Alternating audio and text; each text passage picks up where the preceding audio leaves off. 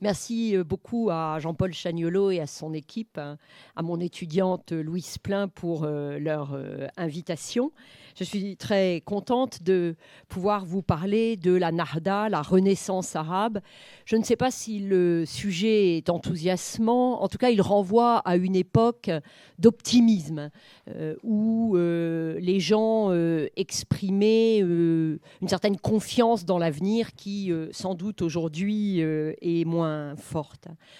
Comme vous le savez certainement, ce concept arabe de Nahda est habituellement traduit en français par Renaissance.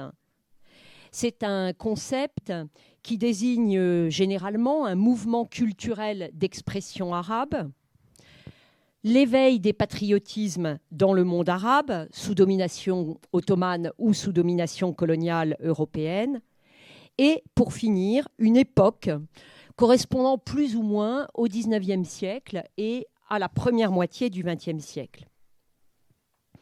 J'ai accepté de venir parler de la Nahda, mais en réalité, c'est un concept qui m'embarrasse énormément. J'aime bien les sollicitations sur ce sujet, mais le concept de Nahda m'embarrasse comme il embarrasse en général toute ma profession, toute la corporation des historiens.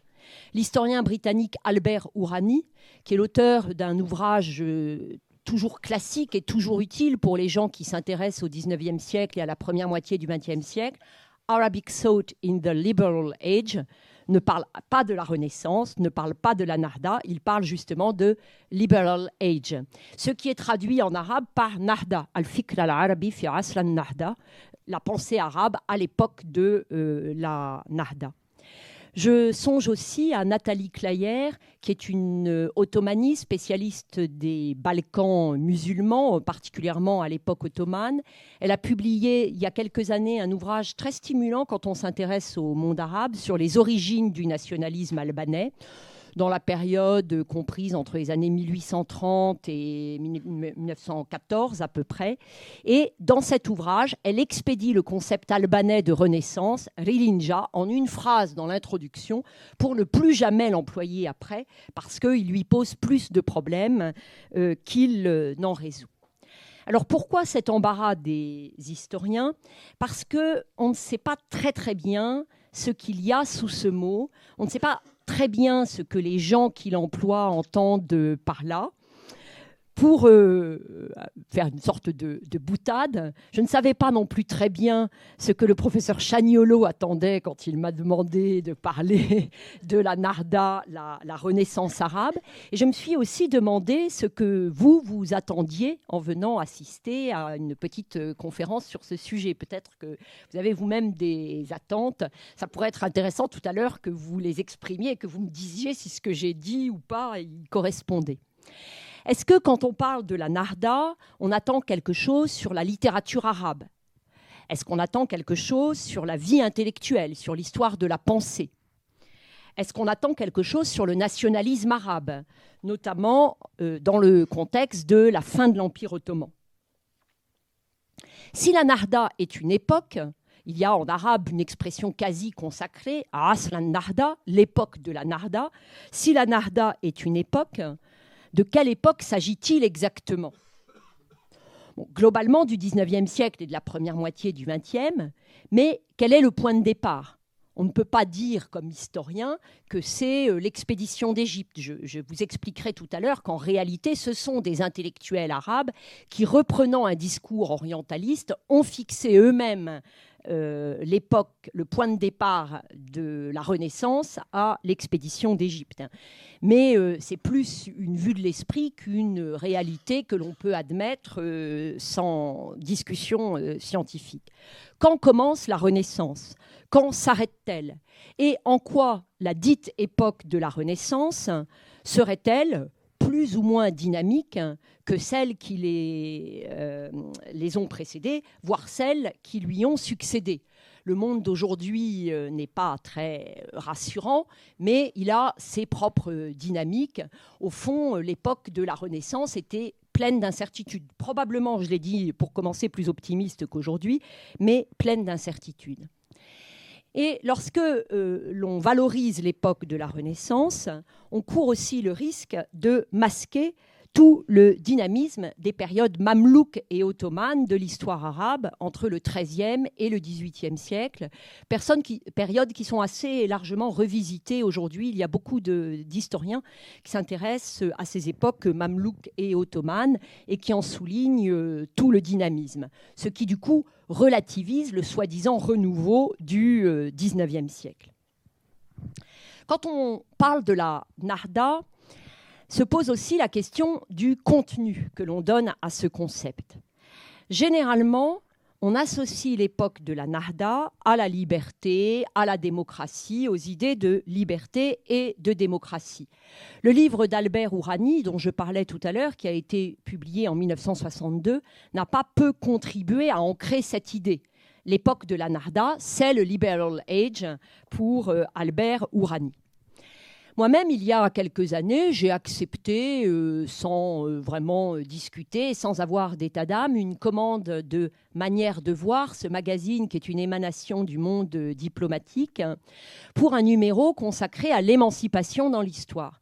Dominique Vidal m'a dit « Nous faisons un numéro sur l'émancipation dans l'histoire. Est-ce que vous ne voulez pas faire quelque chose sur la Nahda, la Renaissance arabe ?»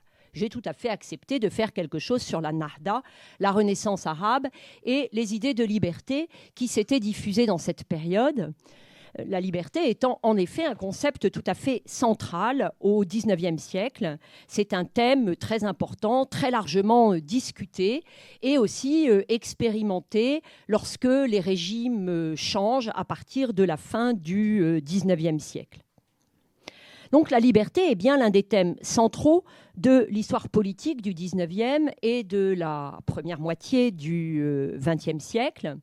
Et l'on peut ajouter que les régimes politiques arabes d'avant les indépendances sont plutôt plus libéraux que ceux qui ont été installés après, ou plus exactement ceux qui ont été installés à partir des années 60-70. Parce que là aussi, l'historiographie, je songe notamment aux travaux de ce jeune spécialiste d'histoire politique qui est Mathieu Rey, l'historiographie montre que dans les années 50, il y a eu de véritables expériences démocratiques, sans doute par à-coups, mais qu'on ne peut pas négliger derrière les expressions habituelles de façade démocratique. Quelquefois, quand des hommes politiques ou des régimes éprouvent le besoin de se donner une façade démocratique, ça correspond à quelque chose. Ce n'est pas justement juste pour faire joli. Donc, il est vrai qu'il y a mise en place au début du XXe siècle de régimes constitutionnels. Il y a des formes de libéralisme jusqu'aux années 50 et 60. Mais dans le même temps, d'autres concepts philosophiques et politiques et d'autres courants se développent. Et même ceux qui valorisent la liberté sont sollicités par d'autres idées. Je pense par exemple à l'un de mes héros, Julgi Zaidan, un intellectuel arabe originaire de Beyrouth, un chrétien de Beyrouth qui a émigré en Égypte dans les années 1880 et qui a fait une carrière d'éditeur, de journaliste et de romancier. Il est l'auteur de romans historiques bien connus des lecteurs arabes, un peu comme on lit en France où on lisait Alexandre Dumas. Et Julgi Zaidan, il est plutôt associé à ces idées de liberté. Il est cité comme un de ces écrivains de la Nahda ayant valorisé les concepts de liberté. Mais quand on étudie en détail son œuvre, quand on lit ses articles, on voit qu'il était préoccupé aussi par le salut de l'État. Et puis c'est un nationaliste, même s'il n'est pas engagé politiquement. Et la défense de la nation, plus largement le salut de l'État ottoman en ce qui le concerne, l'amène à légitimer les régimes autoritaires et particulièrement celui que met en place le comité Union et Progrès à partir de 1909. Le comité Union et Progrès lui-même est l'illustration de ce que je suis en train de dire. C'est un parti, le terme est très discutable, c'est un comité révolutionnaire de gens qui sont favorables au rétablissement de la constitution ottomane de 1876. En ce sens, on peut dire qu'ils sont des libéraux, mais leur préoccupation principale, c'est le salut de l'État. Et à ce titre, ils vont mener une politique d'homogénéisation confessionnelle de l'Empire ottoman et de renforcement du pouvoir d'État, allant jusqu'à la dictature dans le contexte des guerres de Tripolitaine, balkanique et mondiale, et jusqu'au génocide des Arméniens. On est là très loin des idées de liberté. Et puis, si les révolutions du début du XXe siècle dans l'Empire ottoman, en Iran, sont bien les révolutions de la liberté, restées comme telles dans les mémoires et célébrées comme telles à l'époque où elles ont eu lieu, il est clair qu'elles libèrent l'expression d'autres choses, d'autres idées, notamment du socialisme et du radicalisme. On pourrait discuter de la signification de ce terme, qui n'a pas du tout le sens français. Le radicalisme, c'est le républicanisme. Ce n'est pas du tout cela dans l'Empire ottoman. Et ce n'est pas du tout cela dans l'historiographie en anglais. Quand l'historiographie en anglais reprend le terme, ça n'est pas pour traduire forcément des idées républicaines. En tout cas, ces idées-là se développent tout à fait en même temps que les autres et sans vrai décalage avec l'Europe. Bon, la compréhension du marxisme dans le monde arabe, elle est assez tardive. Elle date des années 1890-1900. Il y a un petit décalage, mais pas si considérable. Au fond, le socialisme, il est discuté partout dans le monde à partir, disons, de la deuxième moitié du XIXe siècle. Le socialisme est surtout le radicalisme, l'influence dans un petit groupe de journalistes de Beyrouth, surtout des idées de l'espagnol Francisco Ferrer, ont été étudiées par une jeune historienne américaine, Ilham Khoury Makdisi, qui a intitulé son ouvrage « L'autre Nahda », pour dire la Nahda, c'est pas seulement le libéralisme, ce sont aussi ces idées qu'elle appelle radicales. Et puis, bien entendu, le concept de Nahda renvoie aussi au réformisme religieux et à l'islam politique. Aujourd'hui, le parti politique le plus connu qui se réclame de l'idéal de la Renaissance arabe, c'est un parti que l'on qualifie généralement d'islamiste, en tout cas qui intègre l'islam comme un élément essentiel de la construction politique. C'est le parti tunisien Ennahda. Et Ennahda, comme je pense vous le savez, ça ne veut rien dire d'autre que le parti de la Renaissance. N n'est que l'article. Dans la presse française, on intègre l'article au nom Nahda pour ne faire qu'un seul nom, Ennahda. En fait, N n'est que l'article avec c'est Al avec E qui rend la prononciation tunisienne et le N qui fait la liaison avec le premier mot de Nahda. Al-Nahda, Ennahda dans la prononciation courante. Donc un parti de la Renaissance islamique ici. Une idée qui n'est absolument pas nouvelle. En 1902-1903, dans la presse du Caire, a été publié un ouvrage célèbre qui s'appelle « La mer des cités », al-Qura, c'est-à-dire la Mecque. L'auteur s'appelle Kawakibi, Abdarrahman al-Kawakibi, qui avait également publié un ouvrage dénonçant le despotisme ottoman, qui vient d'être traduit en français. Vous avez peut-être vu ça aux éditions Actes Sud, « Du despotisme et autres textes ». Donc c'est un texte qui garde une certaine actualité. Kawakibi a un petit-fils qui est un chercheur engagé dans les affaires syriennes. Donc ce qu'il a écrit au début du siècle garde toute son acuité. C'est intéressant qu'il y ait une traduction qui paraisse aujourd'hui en français, du despotisme et autres textes. Alors dans La mer des cités, Kawakibi imagine un congrès fictif à la Mecque. Et ce congrès, il l'appelle le congrès de la Renaissance islamique, Mu'tamar al-Nahda al-Islamiyya. son livre se présente comme le procès-verbal des différentes séances de ce prétendu congrès. Un livre tout à fait intéressant et original parce qu'il propose une forme de panislamisme, une forme de solidarité entre les musulmans indépendante d'Istanbul et de la politique califale ottomane, et surtout parce que son utopie s'est réalisée par la suite, parce que ce type de congrès musulman a bel et bien existé à partir de l'abolition du califat en 1924. Donc, idée d'une renaissance islamique totalement associée au concept d'islah, de réformisme musulman. En fait, en imaginant ce congrès musulman, Kawakibi propose une réforme de l'islam et de nouveaux types de solidarité entre les musulmans en dehors d'Istanbul. Il invite les musulmans à se concerter sur leurs affaires. Il rétablit dans l'ordre islamique le principe de shura, de consultation, dont les parlements en Iran ou dans l'Empire ottoman sont supposés être une autre expression, dans l'ordre politique cette fois. Bref, toute cette entrée en matière pour vous dire que la Nahda, c'est un concept assez fuyant. Et j'ajouterai qu'au fond, il n'est guère spécifique aux Arabes. Des mots équivalents à Nahda et à Renaissance, il en existe dans de très nombreuses langues. Bien des peuples au XIXe siècle ont leur renaissance ou prétendent avoir leur renaissance. Les Serbes, les Albanais, les Arméniens et bien d'autres. Il y aurait aussi, je pense, des comparaisons à faire avec la renaissance de l'hébreu comme langue nationale. Ça fait longtemps que je me dis qu'il faudrait organiser un grand colloque sur ce concept de renaissance avec des spécialistes de toutes sortes de langues et de toutes sortes de cultures. Je le ferai peut-être un jour. Je ne sais pas pourquoi je ne l'ai pas encore fait, la paresse, le manque de temps, les activités multiples, mais je pense que ce serait très utile. Au fond, le concept de Renaissance est d'une grande banalité.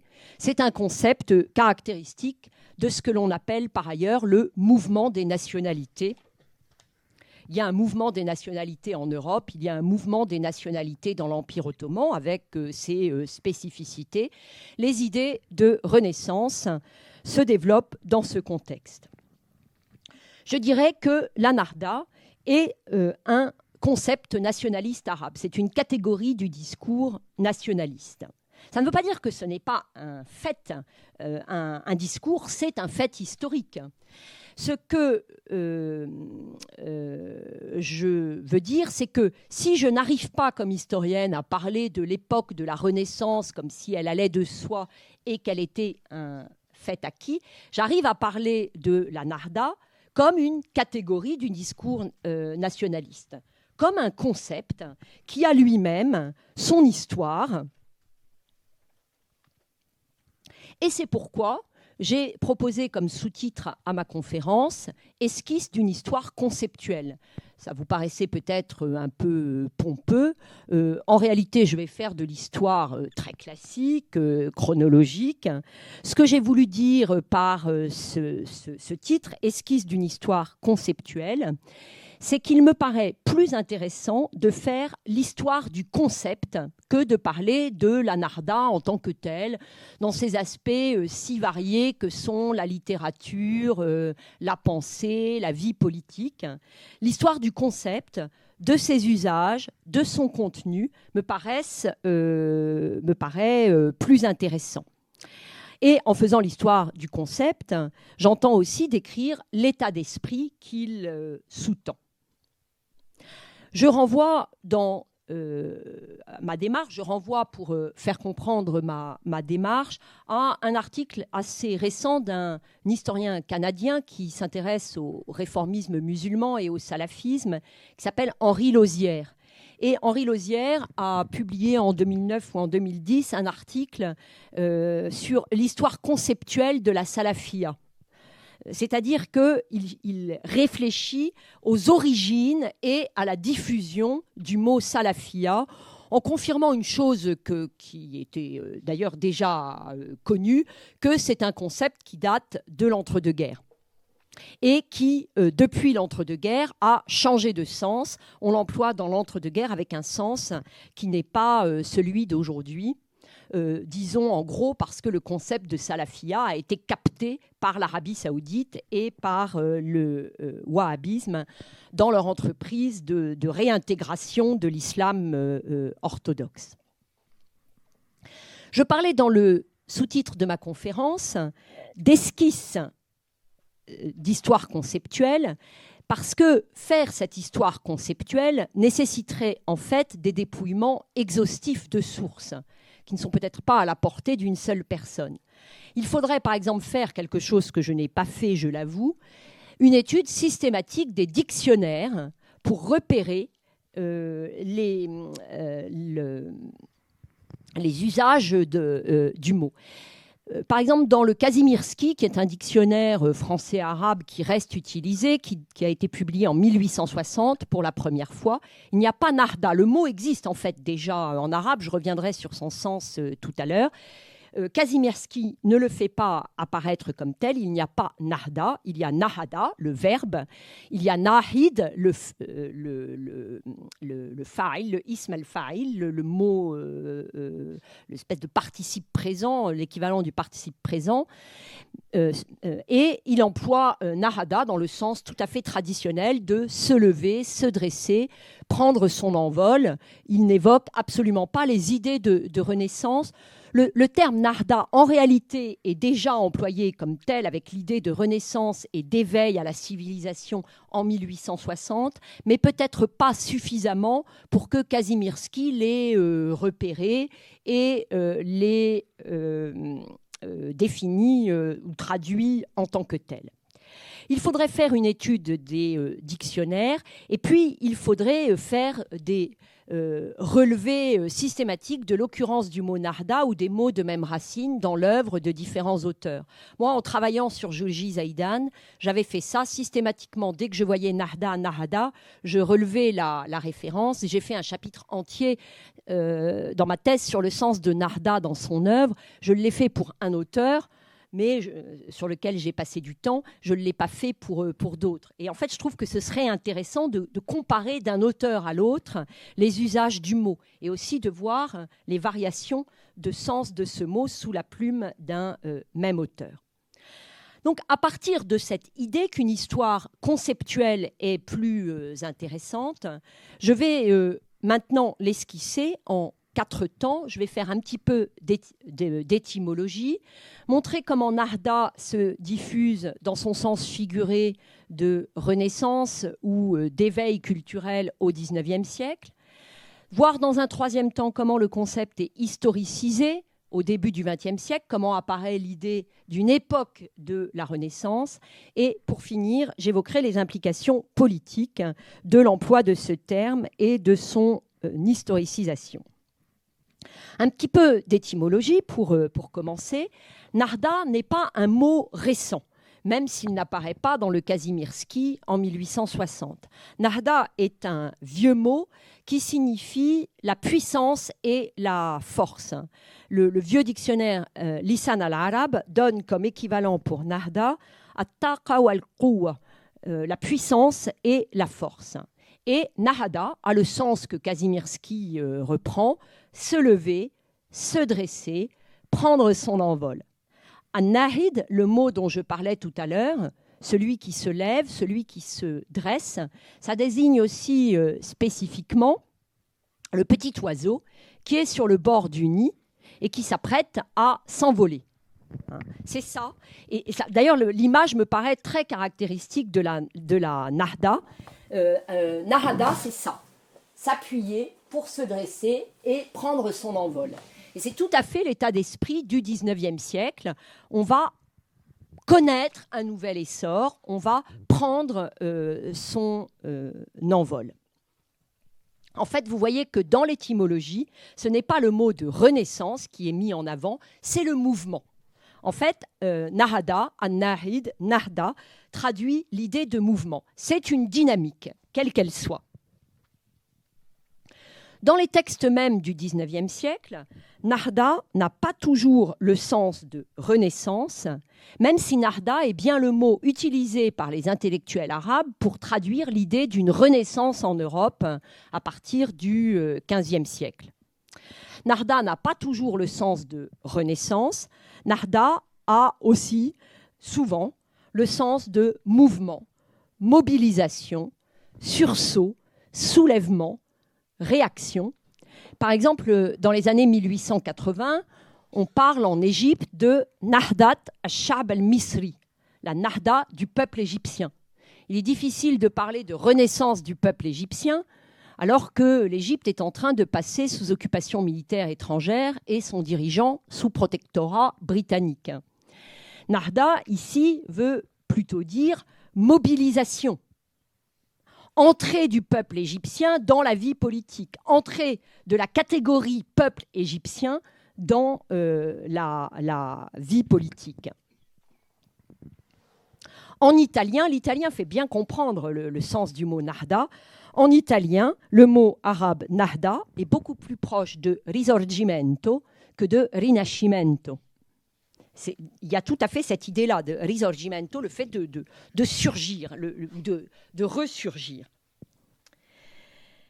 Donc voilà pour l'étymologie du terme qui, à partir de la fin du XVIIIe siècle, est de plus en plus employé dans un sens figuré et mélioratif. Il exprime alors une dynamique d'enrayement du déclin. Nahda devient le contraire d'inhitat, le déclin, la décadence.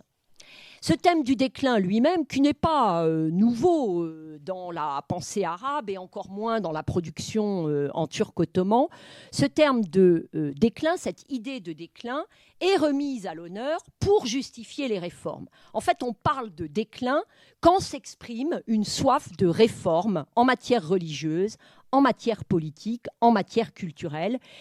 Et plus on parle de déclin, plus en fait il y a de réformes destinées à enrayer ce déclin. Le déclin est peut-être moins une réalité qu'une façon de justifier diverses transformations dans l'ordre institutionnel, culturel et éducatif. Donc le concept de Nahda se développe en même temps que s'exprime cette soif de réforme et que les États musulmans y répondent partiellement, que ce soit l'Empire ottoman, que ce soit l'Égypte, que ce soit la Tunisie ou dans une moindre mesure le Maroc et l'Iran. Le concept de Nahda, au sens figuré, se développe aussi à l'époque où les concepts de civilisation et de progrès deviennent des clés de compréhension de l'histoire. À ce titre, l'ouvrage de François Guizot est tôt connu des intellectuels du monde arabe et du monde ottoman. Le concept de Nahda me paraît étroitement lié à celui de civilisation, tamaddoun, madaniya en arabe, plus que umran, un autre mot qu'on associe à l'idée de civilisation, mais qui traduit plutôt le concept de prospérité. Alors, qu'est-ce que c'est que cette idée de civilisation dont on est à peine sorti et qui traîne encore péniblement dans nos manuels d'histoire-géographie? Dans les programmes scolaires, on n'arrive pas à sortir de cette compréhension de l'histoire à travers la notion de civilisation. C'est l'idée que des civilisations se succèdent dans le temps, chacune porteuse de raison et de modernité. La civilisation égyptienne, la civilisation grecque, la civilisation romaine, la civilisation islamique et, pour finir, la civilisation européenne. Les programmes de collège en histoire sont bâtis tout à fait selon cette idée. L'Orient, la Grèce et Rome, la civilisation islamique qu'on étudie seulement dans le cadre de l'histoire médiévale en 5e, et puis après en 4e, on passe aux choses sérieuses, la Renaissance européenne, la révolution industrielle, le triomphe de l'Europe et de la démocratie, en pleurant sur tous les endroits du monde où cette démocratie n'existe pas ou peine à s'installer. Je caricature évidemment, mais il y a quand même cette idée, cette idée très fin 18e, début 19e, très philosophie des Lumières, qui traîne. Et au fond, le discours de la Nahda accompagne la diffusion de cette philosophie de l'histoire en dehors de la France et en dehors de l'Europe. L'idée que développent les lettrés arabes, c'est que la modernité est pour l'heure incarnée par l'Europe, mais qu'elle conserve une dimension universelle. Tous les peuples vont pouvoir accéder à la civilisation moderne, pour l'instant incarnée par l'Europe. Nahda devient alors une sorte de mot valise et toujours mélioratif, toujours positif, un mot pour désigner toutes sortes de manifestations de l'accès des peuples non européens à la civilisation moderne. Alors, les Arabes, les Orientaux, les Ottomans, les musulmans, ces peuples sont désignés sous des mots, sous des noms différents selon le point de vue de l'auteur. Alors, on va parler, je ne sais pas moi, de la Nahda de la presse, de la Nahda scolaire, de la Nahda de la littérature, de la Nahda de la culture, de la Nahda politique, de la Nahda du peuple égyptien. Vous voyez, Nahda est utilisé un peu à toutes les sauces pour traduire une dynamique, une forme d'accès à la civilisation moderne, c'est-à-dire plus exactement à une civilisation moderne pour l'instant incarnée par l'Europe, mais que des peuples non européens, comme les Arabes et comme les musulmans, ont jadis incarné. Autrement dit, la diffusion du mot Nahda, dans un sens figuratif, exprime le besoin d'un renouveau civilisationnel. Les historiens de la littérature ont l'habitude de dire que ce renouveau civilisationnel prend deux voies. Pour essayer de décrire un petit peu ce qui se passe, il distingue deux voies, la voie de la revivification et la voie de l'emprunt.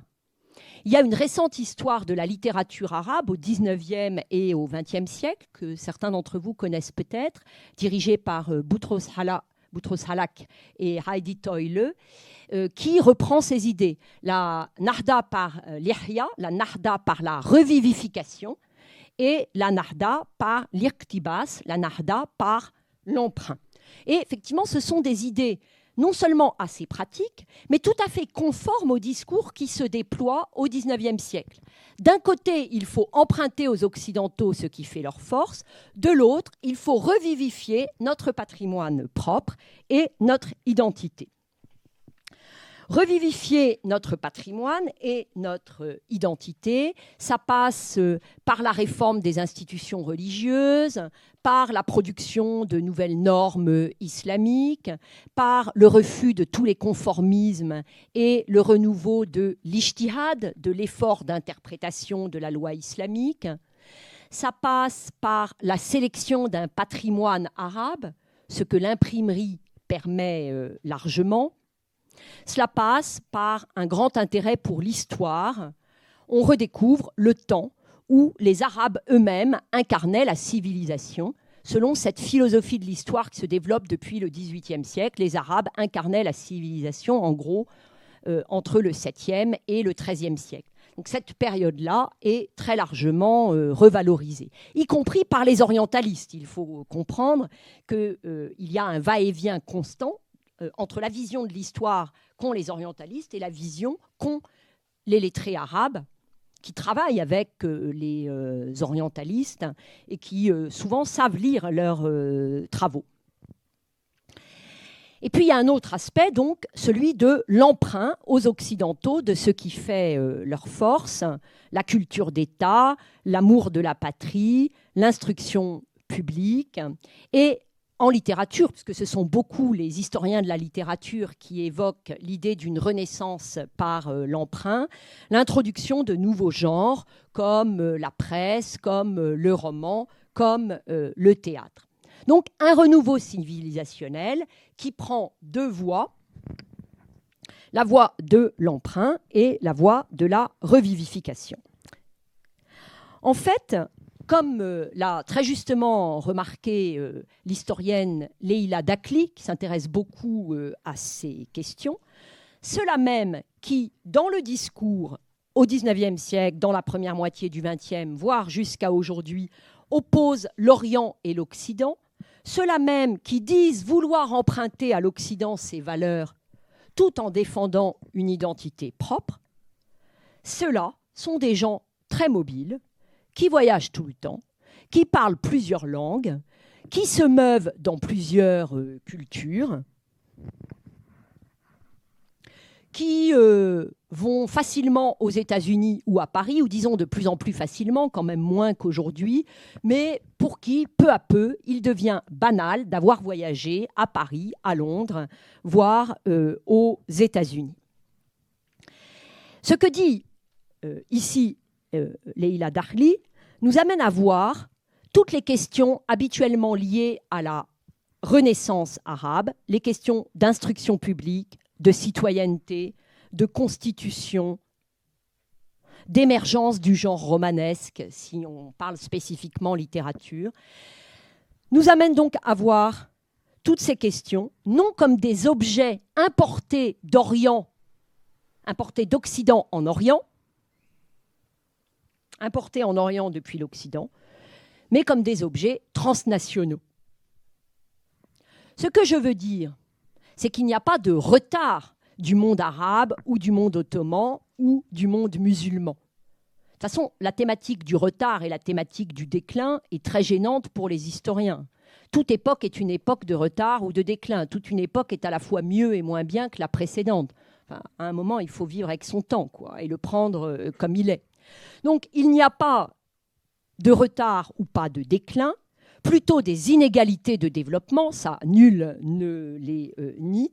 Et ce qu'il y a aussi dans cette époque où le concept de Nahda se diffuse, c'est une réelle expansion économique, démographique et militaire des États européens.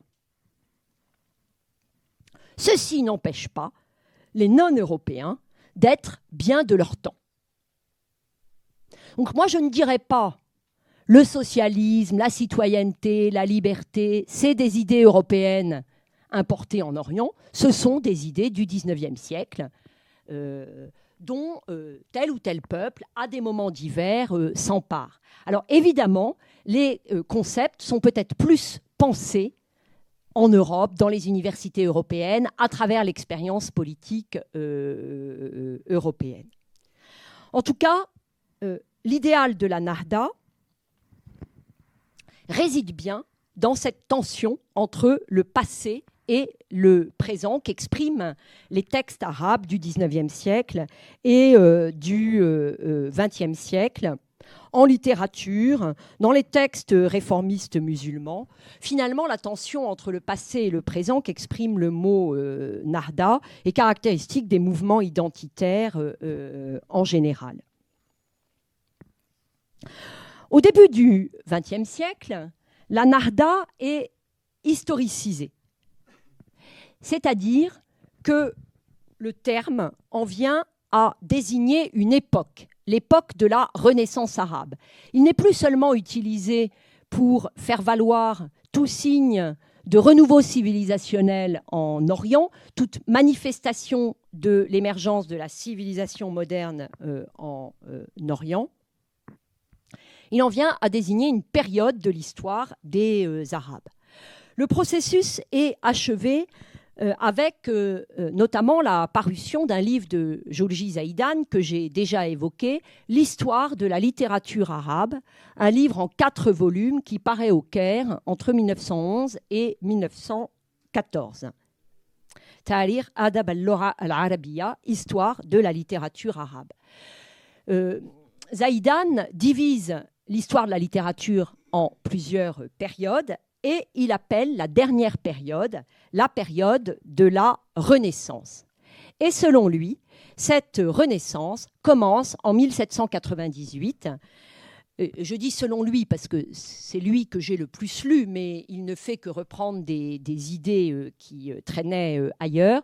Selon lui, cette Renaissance commence à l'expédition d'Égypte, à l'expédition française d'Égypte en 1798. Alors il est tout à fait conscient que l'expédition d'Égypte est une expédition de type colonial et il la décrit comme telle avec la violence inhérente aux expéditions coloniales ou plus généralement aux expéditions militaires. Mais toute violente qu'elle ait été, Elle a jeté, selon lui, les germes de la civilisation moderne en Orient. Et je mets germes de la civilisation moderne entre guillemets, c'est lui qui emploie cette expression. Autrement dit, il présente l'expédition d'Égypte comme un choc salutaire.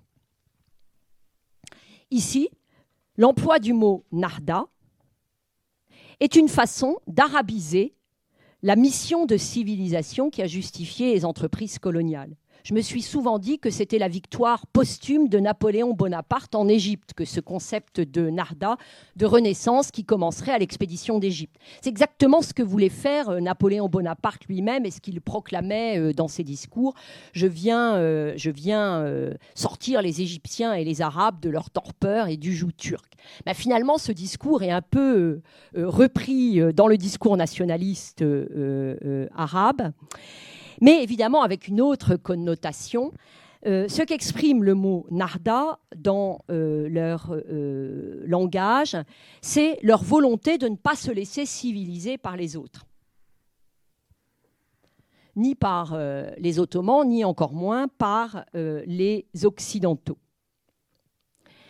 L'expression de Narda, donc, et l'idée qu'il y a une époque de la Renaissance signifie que les Arabes ne veulent pas se laisser civiliser par les autres, qu'ils sont les acteurs de leur développement, pour employer un terme plus récent, la version 1950 du mot civilisation. Le mot Narda permet aussi de valoriser l'époque contemporaine, de souligner sa créativité.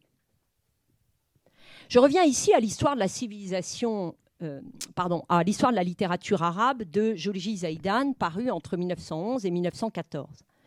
C'est un livre qui, à bien des égards, ressemble à un classique de l'histoire de la littérature arabe, un ouvrage de Karl Brockelmann intitulé Geschichte des arabischen Literatur, qui reste très utile quand on s'intéresse à l'histoire de la littérature arabe. C'est un ouvrage qui est paru quelques années à peine avant celui de Jolji Zaidan.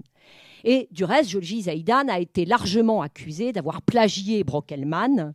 D'autres intellectuels arabes ont dit ce que raconte Zaidan, ça n'a aucun intérêt, c'est pas original, il y a déjà ça chez Brockelmann. Et c'est vrai qu'il y a beaucoup de points communs. Mais la principale différence réside justement dans le concept de Narda. Brockelmann ne parle pas de Narda, ne dit pas qu'il y a un renouveau littéraire arabe. À vrai dire, Brockelmann ne s'intéresse pas beaucoup à la littérature contemporaine, alors que Zaidan consacre un volume entier à la littérature d'expression arabe depuis la fin du XVIIIe siècle.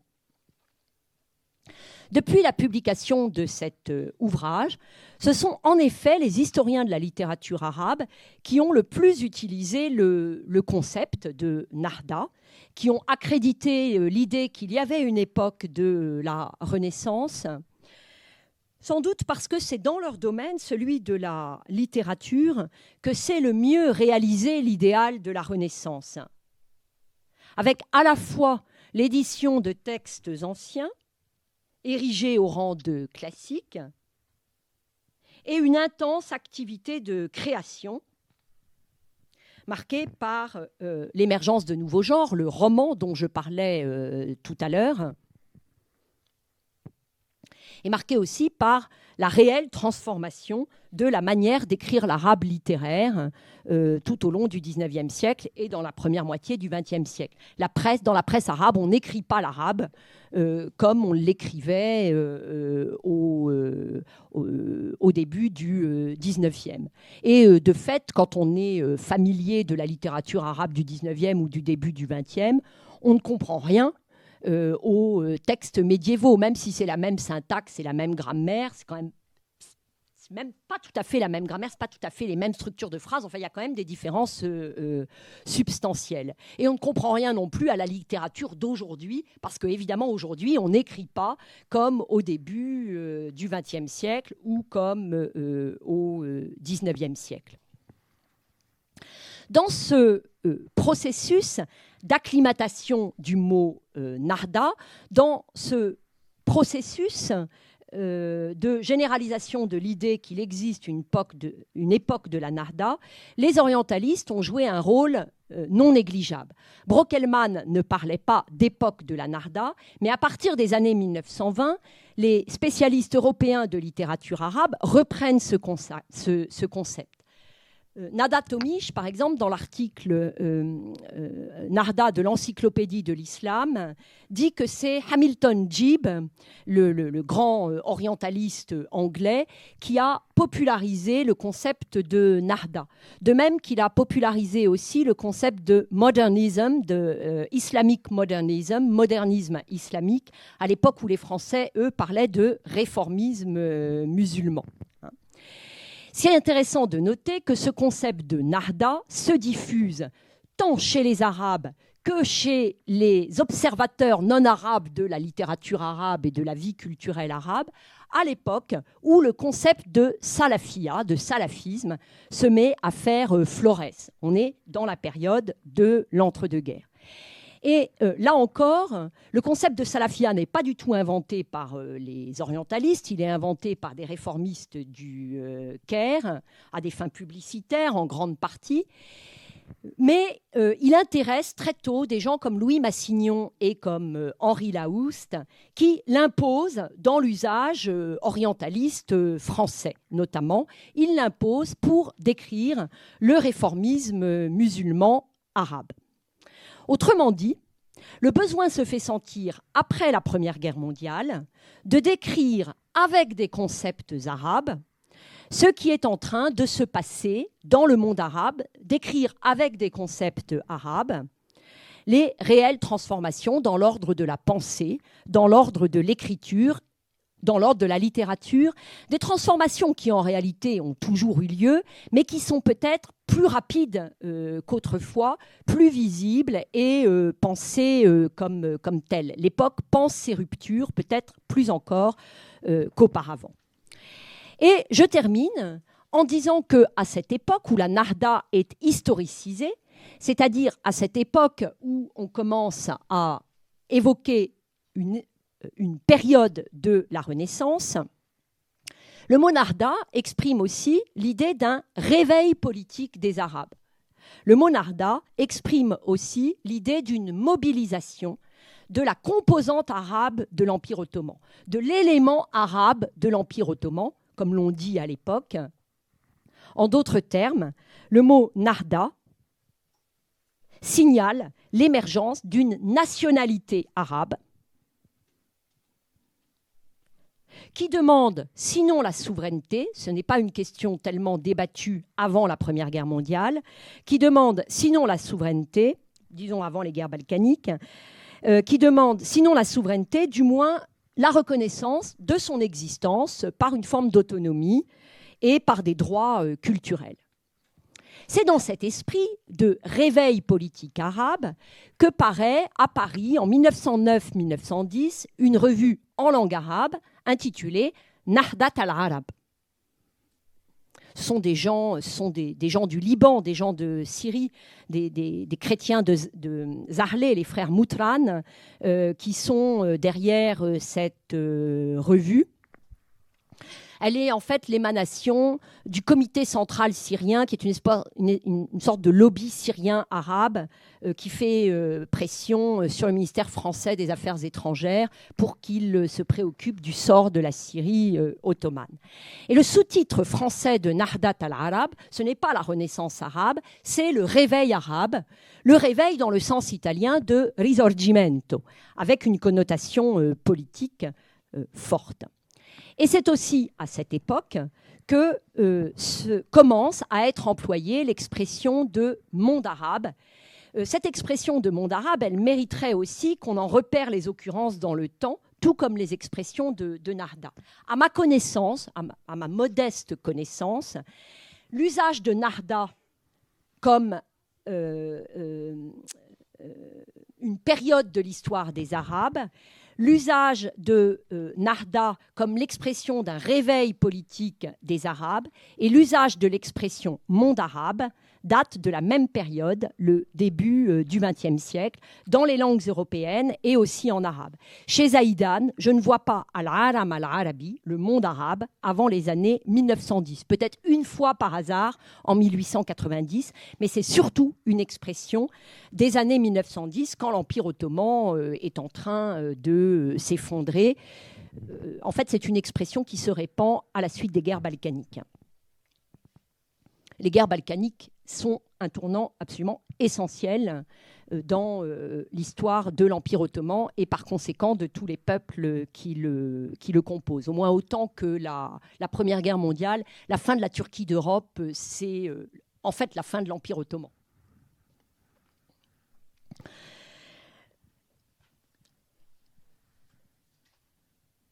Alors cette coïncidence dans l'emploi des mots, en réalité, n'en est pas une.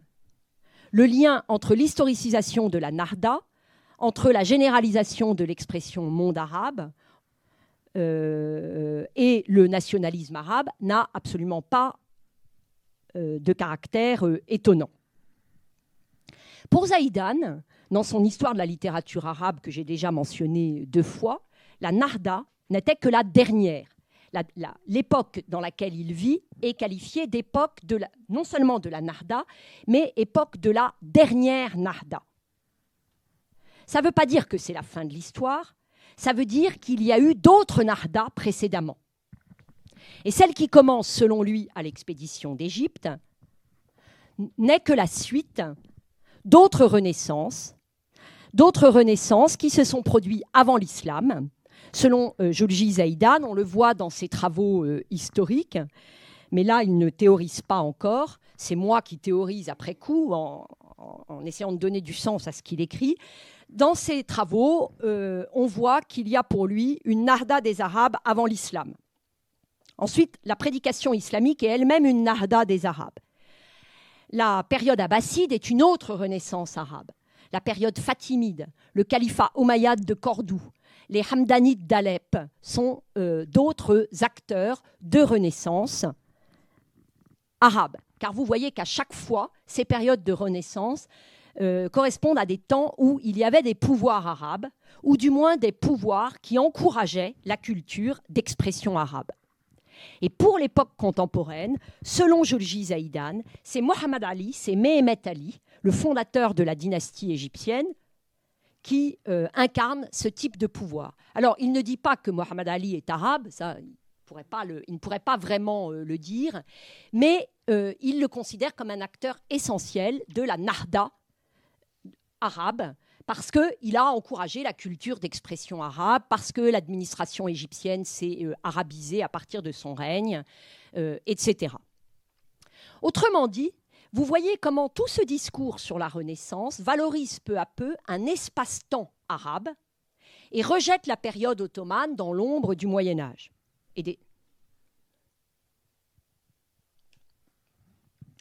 Ce qui est intéressant aussi dans ce discours, c'est comment une continuité de l'histoire arabe est établie. Pour Julgi Zaïdan, il y a, à l'époque de ce qu'il appelle la dernière Narda, une vraie rupture civilisationnelle. Il dit que la dernière Narda est la plus violente de toutes, dans tous les domaines.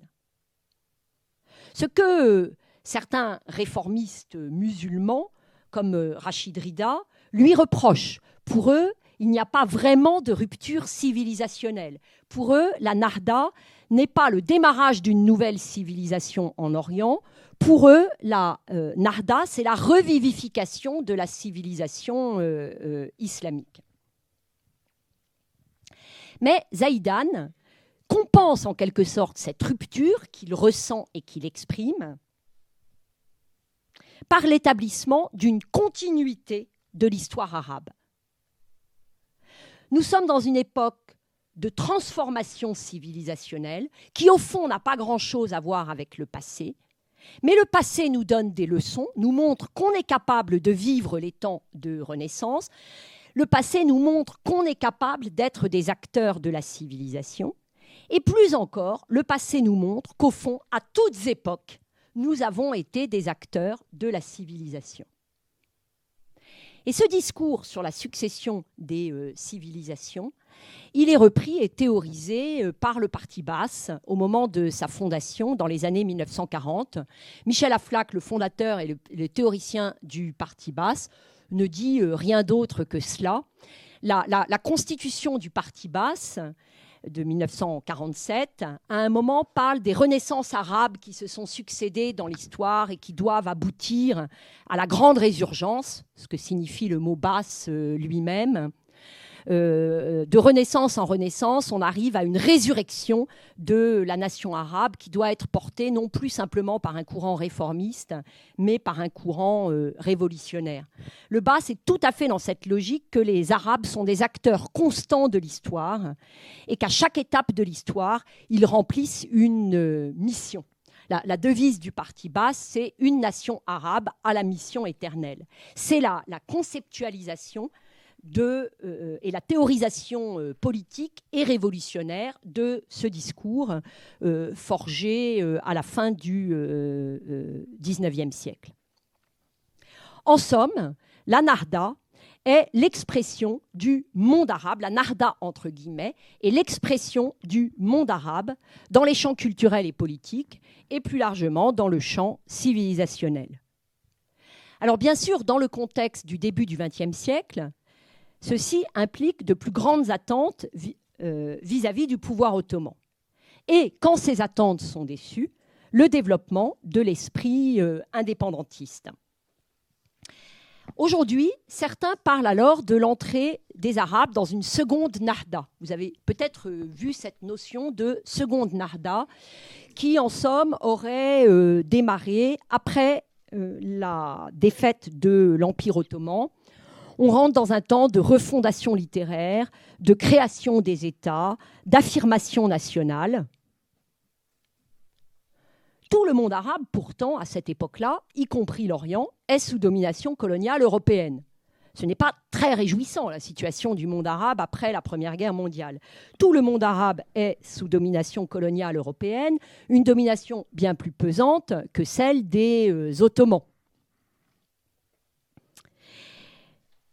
Mais l'usage du mot Nahda et sa généralisation, l'usage qui est désormais massif dans cette période, reste justement, me semble-t-il, un moyen de tenir à distance cette domination, reste un moyen de valoriser l'initiative arabe. Et c'est sur cette idée d'initiative arabe que je vais m'arrêter en rappelant que ce que j'ai tenté de faire cet après-midi, c'est au fond une histoire du XIXe siècle et de la première moitié du XXe qui sont mon pain quotidien à travers le concept de Nahda. Je vois bien les limites de ma démarche. Si je considère que Nahda est une catégorie discursive dont il est intéressant de retracer l'histoire, pourquoi m'arrêter à 1950 ? Pourquoi est-ce que je n'étudie pas les usages du mot Nahda après 1950 ? Pour deux raisons. D'abord parce que même si Jean-Paul Chagnolot m'a donné 3 heures pour parler tout à l'heure, je pense qu'il faut que je m'arrête. Et ensuite, pour des questions de compétences, c'est-à-dire que je connais quand même moins bien la période postérieure aux années 1950 en tant que chercheur. Mais je suis tout à fait consciente que si je voulais pousser jusqu'au bout cette idée d'histoire du concept de Renaissance, alors il faudrait que je réfléchisse à ses sens et à ses usages jusqu'à nos jours.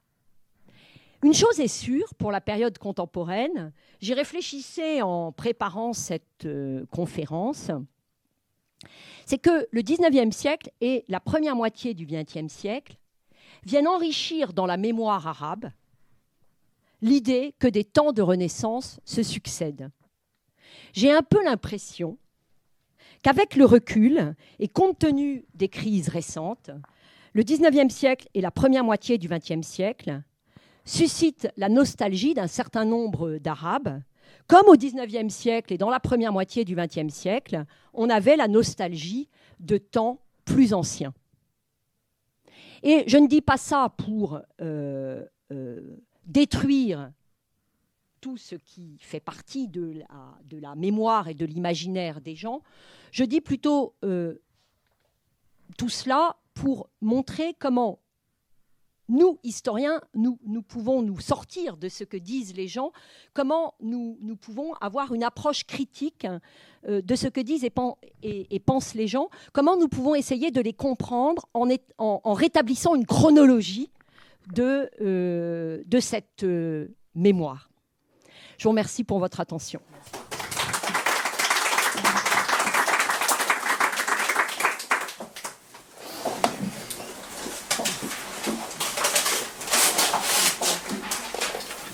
Il y a le temps des questions.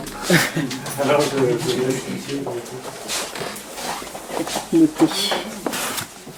Je voudrais savoir quelle signification peut-on donner sur le fait que le Baas était créé par un chrétien.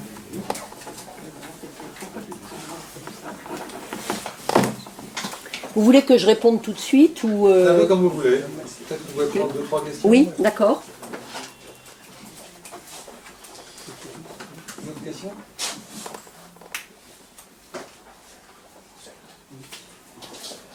Je réponds à celle-là, alors voilà, pour l'instant.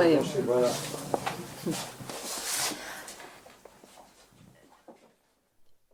Alors, d'abord, j'ai évoqué Michel Aflaq en tant que théoricien et fondateur du Parti Baas, mais il n'est pas le seul à avoir la paternité de la fondation du Parti Baas. À vrai dire, celle-ci est polémique. La paternité du Baas est disputée d'un côté par Michel Aflaq et Salah ad-Din al-Bitar, et de l'autre par Zaki al-Arsouzi, originaire du Sandjak d'Alexandrette. Et tous ces hommes sont tous de confessions différentes. En fait, le Parti Baas, en tant que parti nationaliste arabe et révolutionnaire, prétend offrir une idéologie et une politique dépassant les clivages confessionnels. C'est au fond assez caractéristique du nationalisme arabe. Le nationalisme arabe a une composante islamique qui est indéniable. Et comment en serait-il autrement, dans la mesure où la majorité des Arabes est musulmane, dans la mesure où le prophète de l'islam était arabe et où l'arabe a ce statut particulier de langue sacrée dans l'islam. Le nationalisme arabe, néanmoins, a cette particularité par rapport à d'autres nationalismes de peuples ottomans, que l'identité ethnique et linguistique ne coïncide pas avec l'identité confessionnelle. Il y a des Arabes qui ne sont pas musulmans et qui, de fait, ont joué un rôle important dans la défense d'une identité arabe, ou plus exactement dans la construction d'une identité arabe. Notamment les Arabes orthodoxes, comme l'était Jolji Zaïdan, comme l'est Michel Aflaq, ce ne sont pas du tout des gens de même génération. Zaïdan fait sûrement partie des gens qui auraient détesté Michel Aflaq parce que, pour parler un peu familièrement, pour quelqu'un comme Michel Aflaq, né en 1913, socialiste et révolutionnaire, Zaïdan, c'est un vieux conservateur quasi réactionnaire et qui fait la morale tout le temps. Donc ça, c'est quelqu'un qu'il rejette dans le passé. N'empêche qu'il est pénétré de l'œuvre de Zaïdan et de toutes ces idées qui couraient à l'époque et que j'ai essayé de résumer. Et il n'empêche qu'ils sont tous les deux orthodoxes et qu'il est certain qu'il y a chez les orthodoxes arabes, pour diverses raisons que je ne vais pas développer maintenant, une propension à adhérer au nationalisme arabe, à l'ottomanisme d'abord, et quand celui-ci n'a plus de raison d'être, au nationalisme arabe. Alors que chez les maronites du Liban, par exemple, le nationalisme est plutôt un nationalisme territorial. Il y a progressivement identification entre la communauté et non pas le christianisme, mais la terre libanaise. Donc, au fond, Michel Aflaq n'est que l'une des illustrations du rôle joué par les non-musulmans dans la production d'idéologies de dépassement des clivages confessionnels. Aflaq est allé assez loin dans la reconnaissance, est quand même allé assez loin dans la reconnaissance de l'islam comme élément essentiel de la culture des Arabes. Et certains d'entre vous savent peut-être qu'en 1943, il avait été invité à l'université de Damas à prononcer une conférence le jour de l'anniversaire de la naissance du prophète, le jour du mouled du prophète Mohammed, qu'il avait intitulé « Commémoration du prophète arabe ». Il avait mis en valeur l'arabité de Mohammed, arabité dans laquelle il se reconnaissait. Mohammed était pour lui un héros de son histoire, même s'il n'était pas musulman. Alors après, l'histoire du Bas montre que les confessions l'ont utilisé différemment. Disons qu'en Irak, il a été un instrument de la consolidation du pouvoir sunnite, alors qu'en Syrie, il a favorisé l'ascension des minorités, et en particulier de la minorité alaouite.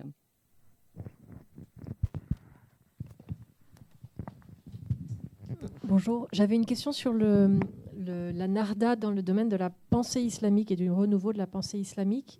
Est-ce que vous pourriez nous en dire un peu plus sur les idées de Mohamed Abdou, de Al-Afrani, de Rachid Rida et de tous ces penseurs, et peut-être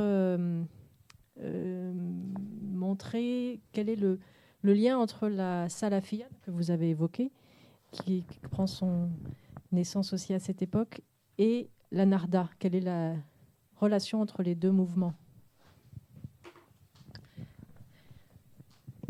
Alors, je ne vais pas vous répondre de manière exhaustive, parce que ça, c'est l'objet d'une conférence en soi qui a des liens avec celle-ci. C'est quand même un autre prisme. Je dirais d'abord que l'idéal de Renaissance est très lié au réformisme, c'est-à-dire au fait qu'il y a des réformes institutionnelles, culturelles, et au fait qu'il y a une soif de réforme et un discours sur la nécessité de réforme. Non seulement, du reste, la réforme de l'État, mais aussi et surtout celle de la religion, celle des mœurs, celle du comportement. En fait, pour reprendre une catégorie musulmane, celle des ahlak. Il y a l'idée qu'il faut créer un nouvel homme musulman et redéfinir ce qu'est le bon comportement de l'homme musulman dans le monde tel qu'il est au XIXe siècle ou dans la première moitié du XXe siècle ou jusqu'à aujourd'hui. D'ailleurs, les concepts de Narda et de réformisme sont parfois associés sous la plume des auteurs de la période. Ils n'hésitent pas à parler de Narda Islahiyya, c'est-à-dire de renouveau réformiste, de renouveau de l'esprit de réforme, de renouveau de cet effort pour régénérer la communauté des musulmans ou la communauté formée par les Arabes en général. Des gens comme Mohamed Abdou, comme Rachid Rida, ils croient volontiers qu'ils vivent dans une époque de renaissance et ils entendent agir pour favoriser cette renaissance dans l'ordre des institutions islamiques, dans l'ordre de la morale, dans l'ordre du droit et aussi dans la défense de la communauté. Vous me demandiez ce que pensaient Al-Afrani, Mohamed Abdou, Rachid Rida. Au fond, des choses très différentes. Il y a des liens entre eux. Ils se connaissaient. Jamal ad-Din al-Afrani et Mohamed Abdou se connaissaient bien. Mohamed Abdou et Rachid Rida se connaissaient bien. Et Rachid Rida est venu de Tripoli, du Liban, au Caire, pour avoir la caution de Mohamed Abdou et pour publier avec lui cette fameuse revue réformiste et d'apologétique musulmane qu'est Al-Manar, le phare, publié entre 1898 et 1935, une revue réellement très importante. Ils se connaissaient donc, mais chacun jouait sa propre partition. Ils avaient même des fonctions très différentes. Ils n'ont pas les mêmes statuts. Jamal ad-Din el-Afrani, c'est un philosophe, c'est un activiste, c'est un voyageur transnational. Il est partout. en Afghanistan, en Égypte, à Istanbul, à Paris. Mohamed Abdou, c'est un ouléma de très haut rang. Et ça explique en grande partie pourquoi il est devenu une icône de son vivant même, parce qu'il n'y avait pas beaucoup d'oulémas de si haut rang qui soutenaient de manière constante l'idée qu'il fallait réveiller et régénérer l'islam. En plus, c'était un homme de son temps qui a très bien su utiliser la presse pour faire passer ses idées. Il était égyptien. Alors ça aide beaucoup. Le fait même d'être égyptien donne une caution scientifique, parce que l'Égypte, c'est un grand pays, très peuplé, il y a El-Azhar, il y a un État en train de se constituer.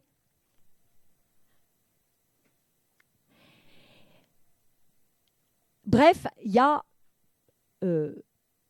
toute une iconisation, le terme n'est pas très heureux, mais vous comprenez ce qu'il veut dire, de Mohamed Abdou. Alors Rachid Rida, lui, c'est un journaliste. Il a une formation de alim, qui est en fait la formation courante encore au XIXe siècle. Il est bien formé dans une madrasa musulmane, d'esprit réformé, mais il est d'abord et avant tout un journaliste et un militant et un homme de parti.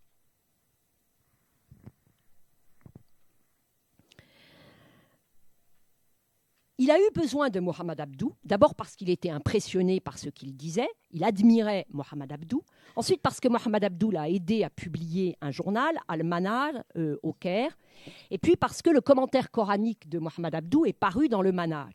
Donc Rachid Rida s'est érigé en disciple de Mohamed Abdou. C'est sûr que ça lui donnait une autorité. Mais plein d'autres gens tout à fait hostiles à Rachid Rida se sont aussi dit les disciples de Mohamed Abdou. En fait, tous avaient besoin d'une caution d'importance, comme lui. Il a quand même terminé sa carrière comme grand moufti d'Égypte. Donc c'est bien de dire qu'on est les disciples d'un grand moufti. On est quand même comme ça un peu dans la norme. Ça montre qu'on n'a pas inventé ces idées de réforme, qu'elles ne viennent pas de nulle part. En réalité, Rida est plus conservateur sous certains aspects que Mohamed Abdou. Il est beaucoup plus dans la controverse. Il est nationaliste arabe alors que Mohamed Abdou ne l'est pas. Si Mohamed Abdou est quelque chose, c'est nationaliste égyptien, mais au fond, pas nationaliste arabe. Il n'est pas sujet de l'Empire ottoman, où il l'est de manière lointaine. Ce qui l'intéresse, c'est le sort de l'Égypte. Leurs idées sont assez différentes. Afrani est dans le djihad, Mohamed Abdou est dans la réforme des institutions et la lecture des sources scripturaires de l'islam à l'aube de la raison.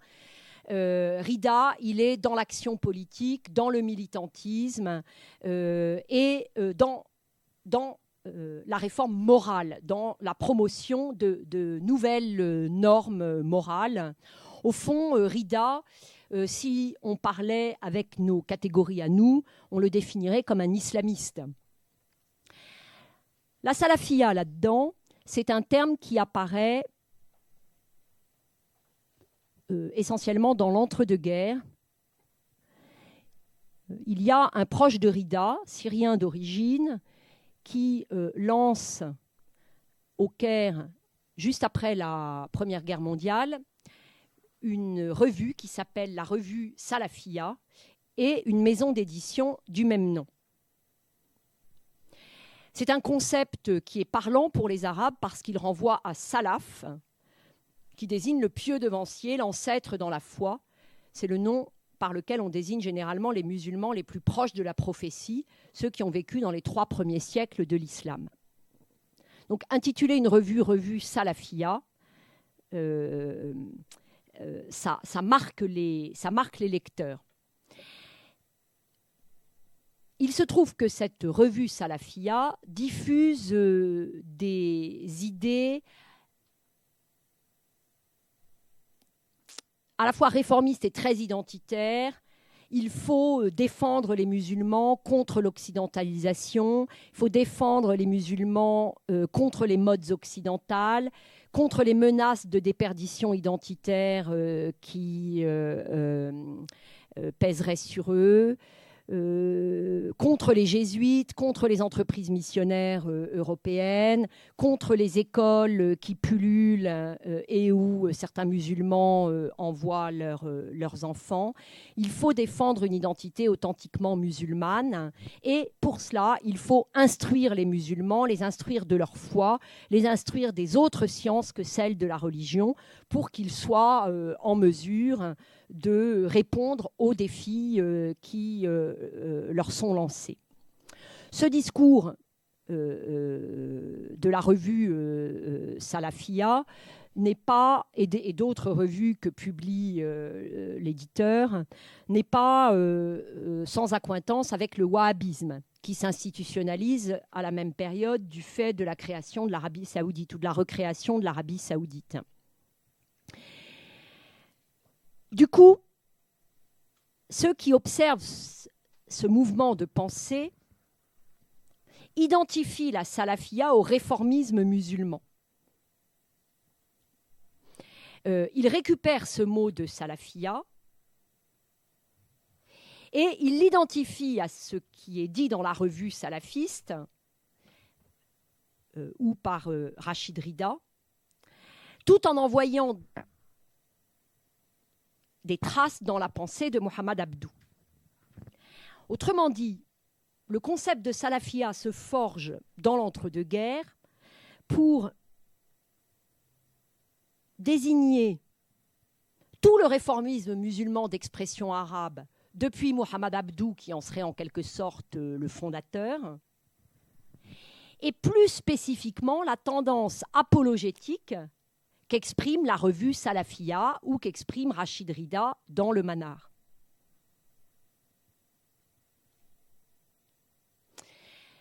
Par la suite, le concept de Salafia est utilisé moins pour désigner les tenants de la réforme de l'islam que pour désigner ceux qui s'inspirent du wahhabisme. C'est-à-dire le caractère conservateurs ou les traits conservateurs déjà présents dans la pensée de Rida sont accentués et les salafistes deviennent ces conservateurs-là, ces fondamentalistes-là. La notion de réformisme servant plutôt à désigner aujourd'hui des visions rationalistes ou libérales de l'islam, ou des visions fondées sur une approche critique des textes scripturaires de l'islam. Mais au fond, réformisme, salafisme restent des catégories tout aussi gênantes que Nahda. Elles sont pratiques parce qu'elles nous permettent d'avoir un langage commun, de dire à peu près de quoi l'on parle. Mais ce qui compte à la fin, c'est qui pense quoi, à quel moment. Et ce qui est vrai, c'est que sous des formes très très diverses, il y a une volonté de vivre avec son temps, qui s'exprime chez des gens très très divers, comme Mohamed Abdou, comme Rachid Rida et d'autres depuis.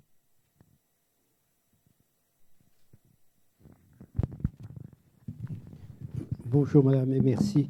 Je voudrais poser deux petites questions concernant d'abord le concept de salafia.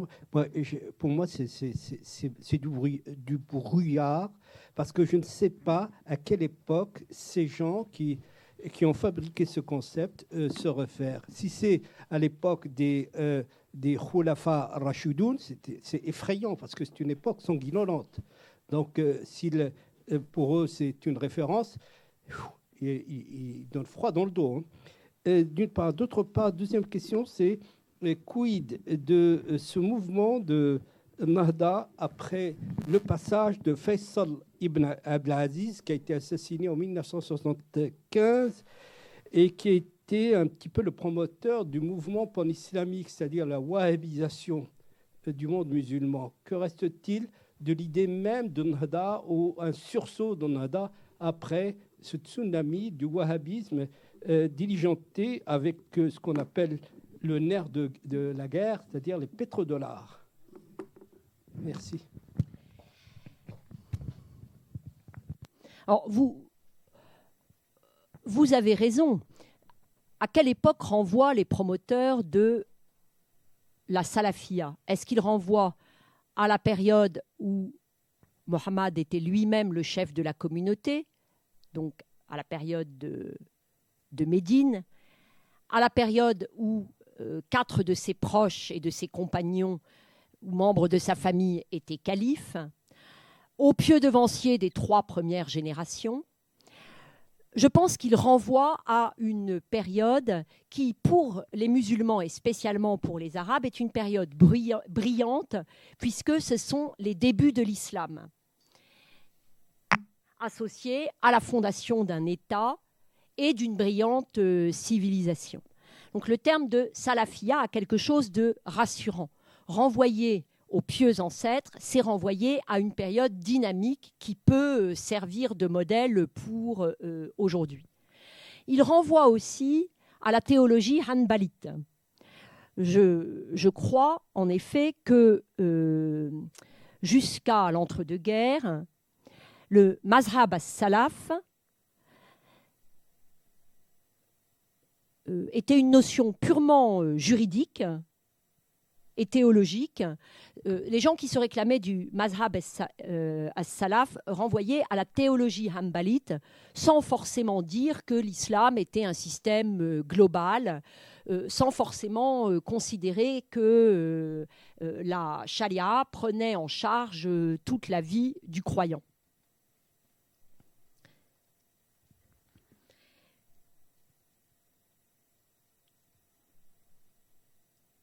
Certains réformistes, ce qui est sûr, c'est que certains réformistes, notamment des réformistes syriens, se réclamaient du mazhab as-salaf. C'est-à-dire que chez les oulémas réformistes de la fin du 19e, il y a des gens qui, en matière théologique, se réclament du hanbalisme, se réclament aussi de Ibn Taymiyyah, et ont une certaine volonté de rapprocher les écoles juridiques.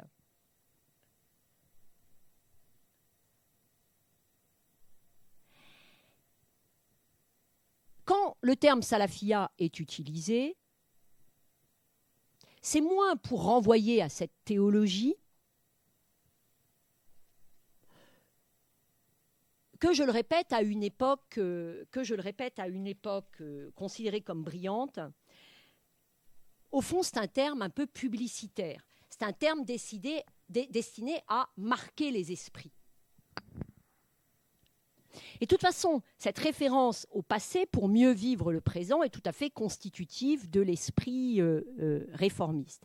Mais il se trouve que ceux qui emploient le concept sont des gens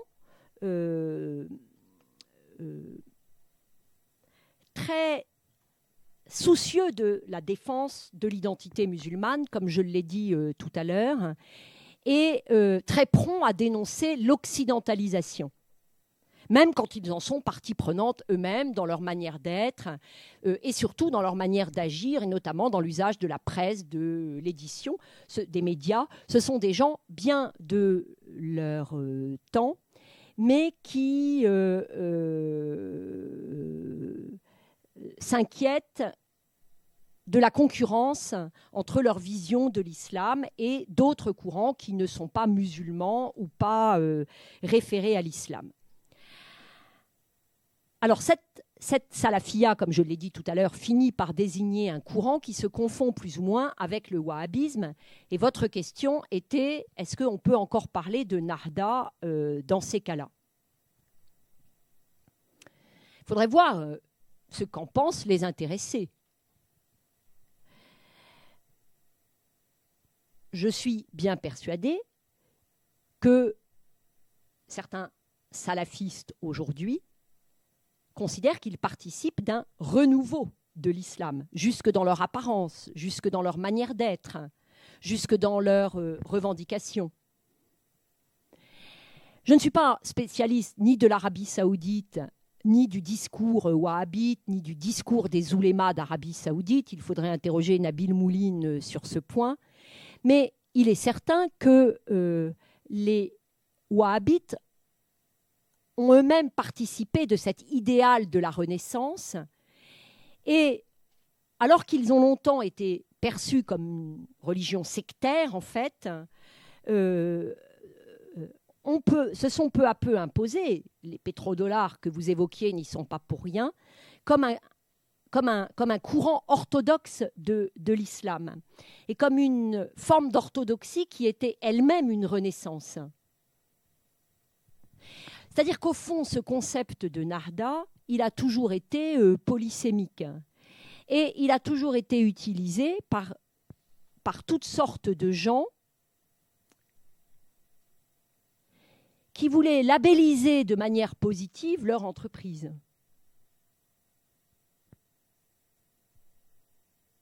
Je ne sais pas si vous êtes d'accord.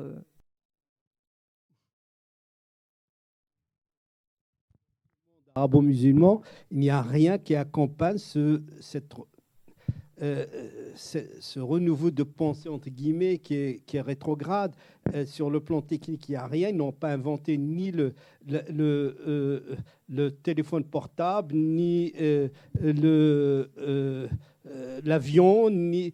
je pense aujourd'hui à un article que j'ai lu dans Le Monde sur cette sonde que les Européens ont envoyée, qui a fait plusieurs tours, qui a parcouru des millions de kilomètres.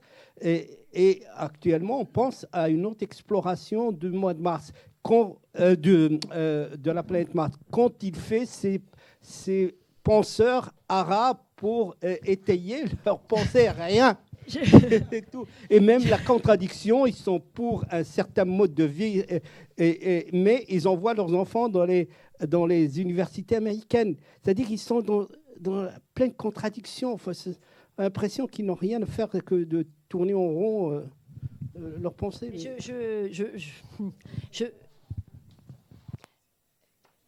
J'ai envie de vous répondre, ils n'ont pas inventé le téléphone portable, mais ils l'utilisent, et fort bien.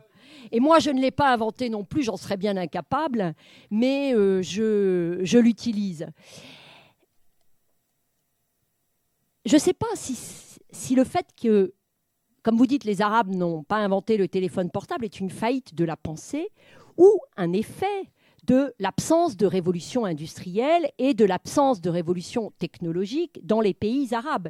Mais pour des raisons qui mériteraient peut-être d'être analysées, qui sont en partie d'ordre philosophique, qui sont peut-être liées au refus de certaines ruptures intellectuelles, au refus d'aller jusqu'au bout de la critique, mais qui ont d'autres raisons, le manque de capitaux, la démographie galopante, la difficulté à instruire tout le monde. Vous voyez, on pourrait évoquer toutes sortes de raisons. Et au fond, est-ce que le téléphone portable est européen ou américain ? Certes, il va être inventé, des processus vont être mis au point dans telle entreprise qui est domiciliée aux États-Unis ou en Corée et au Japon, mais avec des ingénieurs qui viennent de partout, y compris ces Arabes élevés dans les universités américaines ou autres. Donc, au fond, peut-être qu'un moyen de ne pas désespérer, c'est de sortir de l'idée que les Arabes auraient dû inventer des choses, ni plus ni moins que d'autres peuples. Vous voyez, justement, à partir de l'époque que j'ai bien étudiée, 19e et début du 20e, pullulent des ouvrages du type « Comment les Arabes ont découvert l'Amérique ». J'ai trouvé ça dans une librairie libanaise un jour. « Comment les Arabes ont découvert l'Amérique ». Les Arabes à l'origine de toutes les inventions modernes. Julgi Zaïdan le dit lui-même. Hein. Il a des articles là-dessus. Comment les Arabes sont au Moyen-Âge les inventeurs de tout ce qui se fait aujourd'hui. Mais en fait, ce type de discours est complètement vain, ne sert qu'à déprimer. Et ils sont les inventeurs de la vie qu'ils ont aujourd'hui, avec ces drames évidents, ça c'est sûr, mais aussi toutes ces réussites. Et je reviens à ce que je disais tout à l'heure à propos de la littérature. Vous voyez, on ne sait pas si les Arabes ont inventé le roman, mais en tout cas, ils brillent dans le roman. Et au fond, le roman, s'est diffusé dans le monde arabe à peu près en même temps que partout dans le monde. L'acclimatation du genre romanesque n'est pas beaucoup plus tardive dans le monde arabe qu'ailleurs. Donc il y a des choses dont les Arabes savent très bien s'emparer. Non ?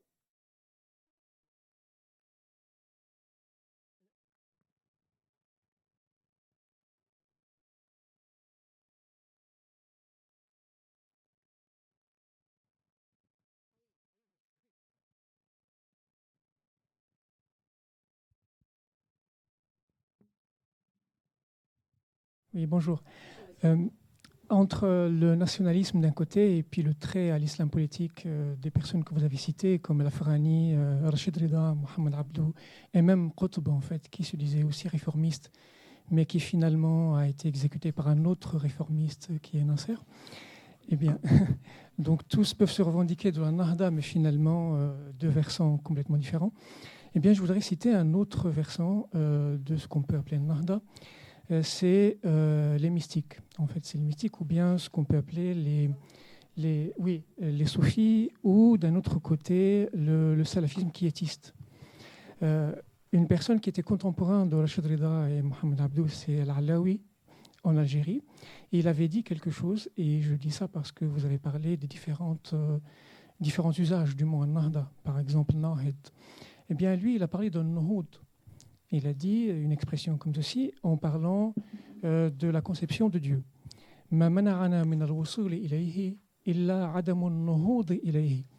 C'est-à-dire, ne nous a empêché d'atteindre sa proximité que le fait de ne pas opérer un sursaut envers lui. Il emploie Nuhud dans le sens de sursaut, en fait une sorte de sursaut épistémologique, un sursaut dans son comportement et dans sa morale et dans l'akhlaq dont vous avez parlé. C'est une façon de concevoir finalement le rapport à Dieu, le rapport au divin, mais aussi sa position dans la société, mais en tant simplement qu'acteur spirituel et non qu'acteur politique, et donc dans son lien intime au divin.